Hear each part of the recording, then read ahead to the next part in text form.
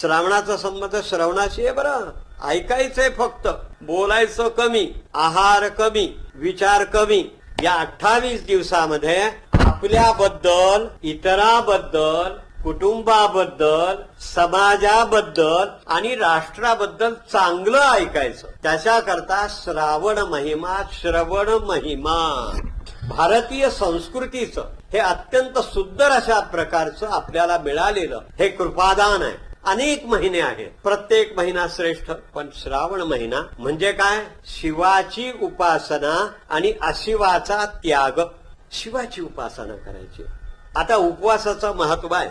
आहार कमी. श्रावण महिन्यामध्ये सगळी ही पृथ्वी अत्यंत सुंदररित्या बहरलेली असते.